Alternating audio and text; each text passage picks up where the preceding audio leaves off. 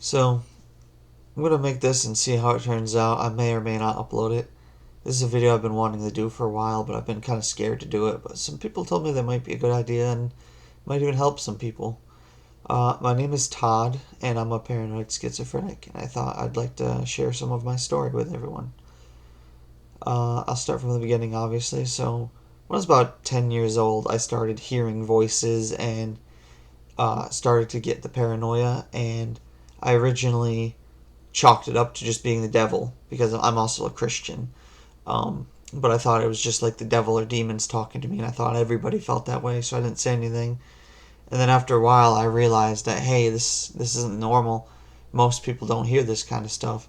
But due to my paranoia, I was terrified to tell anyone about it because I thought I would get sent to a mental institution and I'd never come back out, which is one of my biggest fears. I'm terrified of getting locked up and never being able to come out.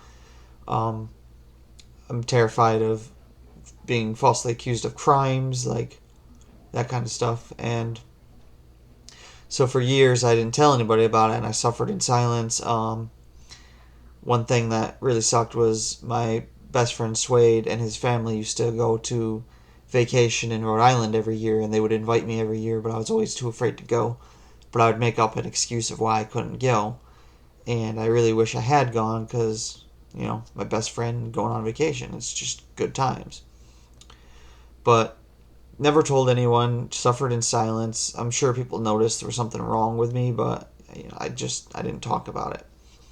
And finally, when I was probably 16 or 17, I was playing Call of Duty with my other best friend Rob, and I don't remember why, but I ended up telling him about the voices, and he told me I should tell my mom about it. And then I told my mom, and we ended up seeing some doctors about it. And after a little bit, I was diagnosed as paranoid schizophrenic. I also have fibromyalgia and major depressive disorder. But this video is just about schizophrenia. And that after that, we tried medications, and it took years of medications to find one that worked for me. Um, Probably took like 2, 3, maybe 4 years of trying different medications, and finally, my doctor convinced me to try this one called clozapine, and it was the only one that helped at all, and it does help. I still struggle every day, but it does help. Some of the side effects, though, were I put on a lot of weight because it makes you hungry all the time, and I've got medications for all my other illnesses as well, but the clozapine for the schizophrenia was the only one that really helped. So if you're a schizophrenic and your doctor is recommending it, I say give it a try, but it does come with some side effects. It can lower your white blood cell counts. I have to have blood work done every month for this for the rest of my life. And um, I even at one point had an online girlfriend for a couple of years that ended up not working out, but I met some of my best friends in the world through her, so it was really good experience, even though it didn't end well. Um, to this day, I still suffer with my psychosis every single day. Um, I'm 30 years old, and this is a lifetime illness. I'll have it forever. Uh, this is a bit scary, so apologies. Um, yeah, so I mostly just hide in my bedroom all day.